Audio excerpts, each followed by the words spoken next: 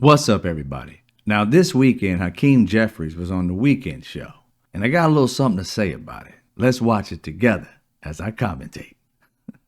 Jeffries, we had Congressman Clyburn on earlier in the show, and he described you as being blindsided by Senate leadership. Help us understand what happened.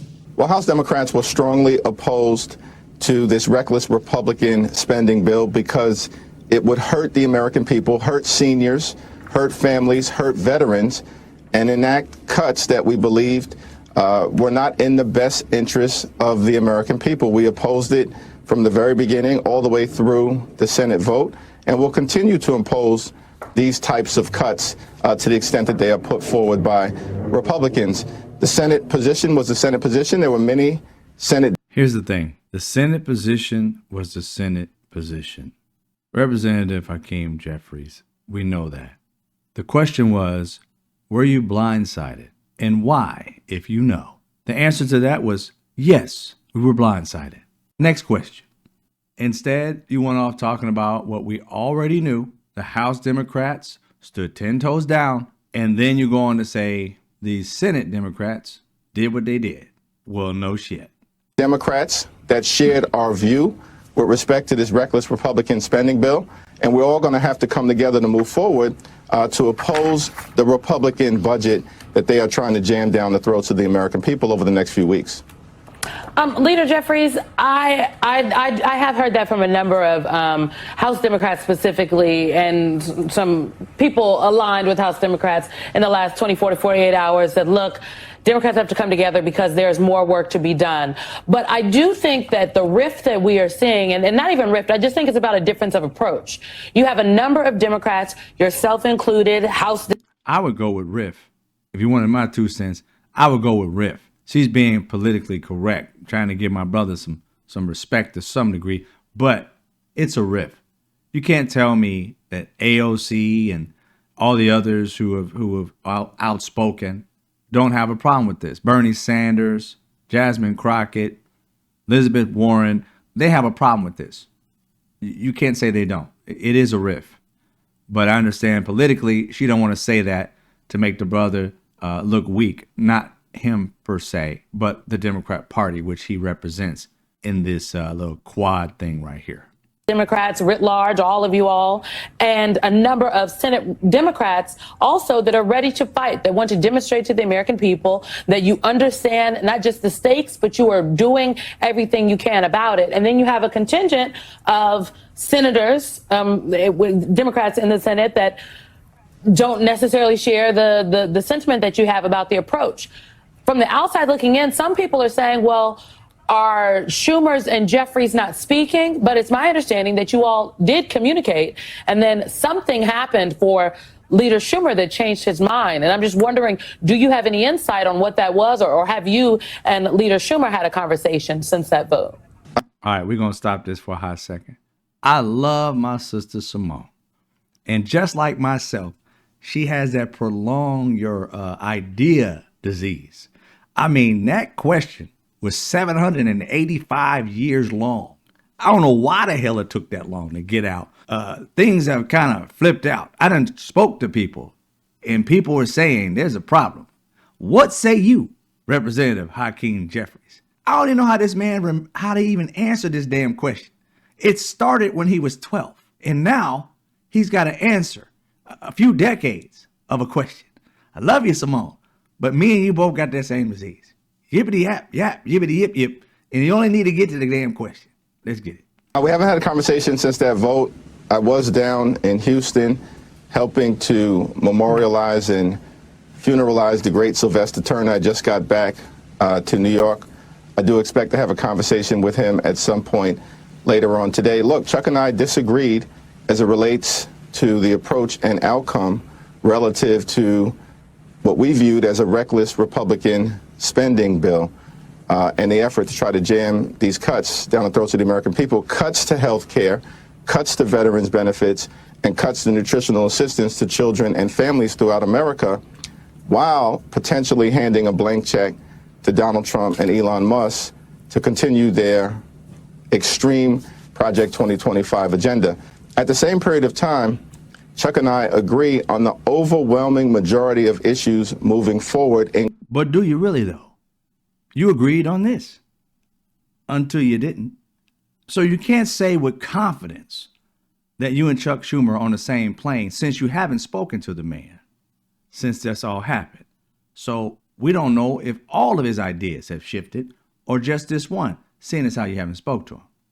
What say you, Hakeem Jeffries? Including our effort to oppose the largest potential Medicaid cut in American history. And we're all going to have to come together. House Democrats, Senate Democrats, governors, elected officials, advocacy organizations, civil rights groups, the democracy reform groups who are doing a tremendous job stopping the Trump administration in court. We are all going to have to come together to oppose the effort to rip away health care from the American people, which is why Democrats on Tuesday across the country are having a Medicaid Day of Action in blue states, purple states, and red states to save Medicaid for the American people. Now that's what I'm talking about. All different states, blue, purple, and red. Get to the people who are pissed off what Donald Trump is doing. You already got the Democrats on your side. It's good to keep us educated. But get to that red side, that purple side, and get to them and realize, hey guys, your life is about to be you know what if you don't wake the you know what up. You feel me? Love that. Love that. Thank you, Hakeem Jeffries. I've been calling on that since day one. But you guys are doing it. Regardless of how long it took, you're doing it. Kudos. Leader Jeffries, you say that Democrats will have to come together on this issue to hold the line, but I presume that that was the thinking going into the vote last week. Thank you, Michael Steele. Thank you for saying what everybody else should have said. Bruh, you guys were on the same plane, and then Chuck Schumer decided to go on the Underground Railroad. Like, we're up here, way above what this fool Chuck Schumer is on. Go on, Michael Steele. Hip them up a little bit. This man makes me want to be a Republican because he's the only one that's got backbone that will go straight to it. He cut to the quick of it. Ain't no mug like, you know what I thought, and I thought when I thought, but then I thought some more, and I thought again. But this is what I want to ask you. Did you think about it? And yet that line was not held. So I think a lot of Americans, particularly those who are looking for some action from the Democratic Party on this, and I want to iterate, it's not, in my view, not just action within the Democratic Party, but how the Democratic Party rallies the entire country, Republicans like myself, independents, and others, to this idea to stand on that wall to prevent this deconstruction of our government. To that point, with respect to how this holding this line will go, you have from Alexandria Ocasio-Cortez in a Blue Sky tweet noting, among the material devastation to everyday people, Senate Dems have now blown a hole in their ability to work with the House. We had an agreed upon plan. House took immense risk. The Senate turned around midway and destroyed it with a fear-based, inexplicable abdication. They own what happens next. You just described what the next is on the healthcare front. How do you hold the line so to A, repair that hole in the wall from what happened last week and prevent another one from opening up? Now, I'm going to give Michael Steele an A minus. I'm going to give him an A minus because he's a Republican. He still can't get a plus on that. A minus. He brought receipts. Yeah, this is what somebody said. Here's a receipt. Now, let's hear what you got to say about it. I love it because I am Mr. Receipt myself. Love that. 1,000. Kudos, Michael Steele. Still got an A minus. Can't get a plus. You're still Republican, bro.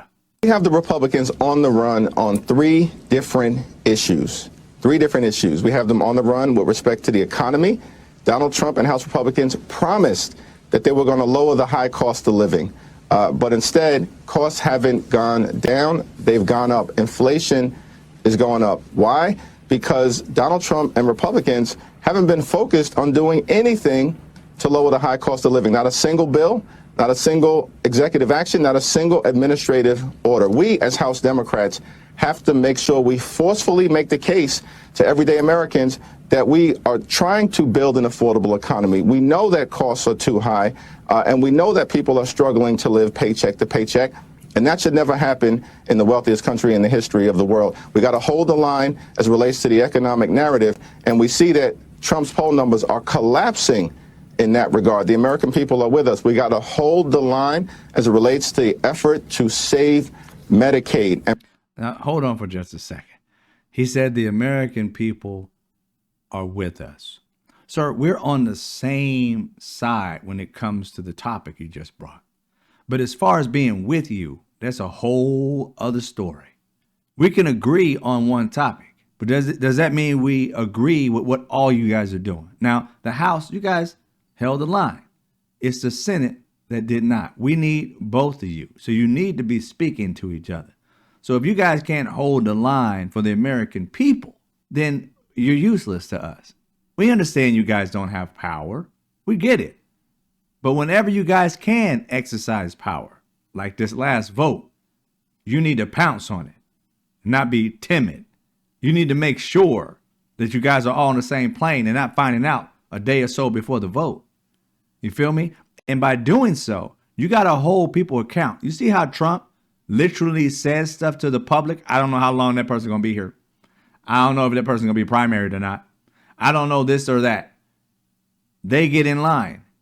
When you guys sit there and say, we're going to talk to Chuck Schumer, or, they did what they did, there's no holding them their feet to the fire. There's no making them feel like, you know what? You don't get in line, something ain't right. And we're going to primary the crap out of you. You feel me? Yeah. All right. Now get in line or leave, retire, give somebody else the opportunity because you're not holding up your part, right? Your end of the bargain was not held. Yeah, that's a show of strength. Even though we don't like Trump, you understand that when he doesn't want something, he lets you know. Democrats, if you don't like something, let people know. Like the American people, we don't want him no more. And if you guys don't show that, then we're starting to think, do we need you? I'm just saying. Prevent the type of devastation that Republicans are trying to bring to hurt children, hurt families, hurt pregnant women, hurt seniors, hurt Americans with disabilities who rely upon Medicaid to go see a doctor and to live the best possible life. This Medicaid cut that Republicans are trying to visit upon the American people will close hospitals, including in rural America, and close nursing homes. Every single Democrat in the House and in the Senate opposed the Republican budget resolution. We have to stay the course as it relates to that level of principled opposition. And lastly, we have the Republicans on the run with respect to their tax scheme. They want to rip away money from everyday Americans so that they can fund massive tax cuts for their super rich donors like Elon Musk and the wealthy, the well-off, and well-connected corporations.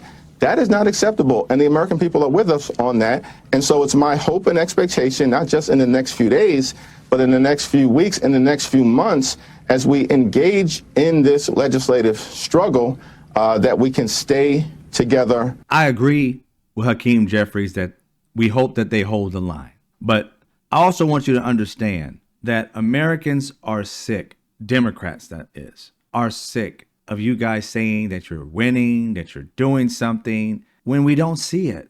I mean, I understand you got people in court. Now, that's a whole segment of people that are going to court and fighting. That's not the Democrats. That's a team of lawyers that you have. And that's fine that you're winning. But you also say something to the effect of, we got them on the run. From what? Hakeem Jeffries. You have to understand something. The way Donald Trump works, it's been 10 years. You guys should know how this man works. He does a lot of fluff over here to get you guys chomping at the bit. And behind the scenes, he's fucking shit up. Your guys worrying about what he's messing up in public, but you have no idea what he's doing behind the scenes that's going to take us decades to fix. What's in public, in the face of everybody, is hellacious. Can you imagine what the root cause of this is that we don't see beneath the surface? We're worried about that. We want you guys to expose that. But you don't know about that because you're too busy fighting things that they knew they weren't going to win while they are destroying everything. Why isn't there a committee that you put together, Democrats, that's watching what Elon Musk is doing, that is spending their time paying attention to that committee? Hire an outside team to watch that team. That would be awesome if it's legal. But the reality is they're doing illegal shit. Then you need to have people in there watching, the watchdogs watching them do what they do. You can't tell me some 19-year-old kid knows how our government works. They already got a lot of things wrong. 8 million when they said 8 billion. I mean, that's astronomically wrong. But this is the people who are literally criminals, who rigged the game so that they don't get caught. They got rid of people literally investigating Elon Musk for breaking laws. Fired him. Donald Trump is going after everybody who tried to put him in jail because he's a 34-time felon. These things we care about. The Constitution, democracy, they're tearing it down. And you guys are sitting here, Americans are behind us on this. Really? We're behind these things not happening. But not you guys so much. I would rather have Jamal Bowman back fighting than pretty much any of y'all. Because at least that man had passion for what he believed in. He stepped to these Republicans, got in their faces, and told them what he felt. They're freaking cowards. They're gutless. They're not here. I'm talking about gun violence. You know, there's never been I'm talking about gun in a violence. school that allows teachers to carry. Oh my God. Carry guns? You think more guns lead to more death? More guns lead to more death. And the American people, at least the Democrats, felt the same way. He had our interests at heart. I can't say you guys do. I understand, Hakeem Jeffries, I ain't got nothing against you, bruh. I truly believe that you are in a position where you can't show how you really feel because they got you trapped into this good black guy thing. And so you have to act a certain way around these white people so that you don't threaten them, you don't scare them, or you don't give them just cause to take the power that you do have away. I'd rather be on the team of Jamal Bowman, who fought and lost, than someone who's fighting and trying to keep power without really fighting for the people. I'm not saying you're not doing your job. I'm just saying your methods are mild and meek and seem weak. And I know you got more than that in you. I know you're not a meek, weak person, but that's what they got you out here looking like. Your disposition is always say, no emotion. And I tell and I do, because I'm told to do. It's robotic, bruh. There's no passion behind your eyes. You look dead behind the eyes. And that right there puts fear in America's heart, especially the Democrats. It's like they have no power. And it's our fault that you don't have it. Not enough Democrats came out to save it. But at the same time, you got to fight. If you want this position next year, if you want to continue growing in what you do years down the road, you're going to have to put up more of a fight, bruh. This right here ain't it. I understand you voted the right way for the American people. I get it. But Chuck Schumer didn't. And we need to see that fire inside of you that was upset, disappointed in his decision. We don't need to see you automatically shift to, we agree on other things. Because in all honesty, do you really? You haven't spoken to the man since he flipped. And we need you guys on the same plane. And if you're on these shows gaslighting us and making us think like, oh, everything's like very good, it's working. No, sir, your response should have been, he blindsided us. We had no idea. We saw it in the op-ed. I don't know why he did it, but I got a conversation to be had this evening after this show to find out more. And I'll speak on that when I learn more about that. But make no mistake about it. We're on the same team and we have to whip everybody back into shape and focus on the bigger plan. We understand there's going to be pain on both sides of this. But if we're not on the same team, they know how to divide us. All they got to do is put the fear that they put in Chuck Schumer again, and Chuck Schumer will flip. So we got to work on our house, and we'll let the people know where we stand once we speak. That's how that should have went down. Not all this fluff shit. I'm just saying. If you like the show, become a member. I do a show Monday through Friday, 5 p.m. Pacific Standard Time. I'll see you when I see you.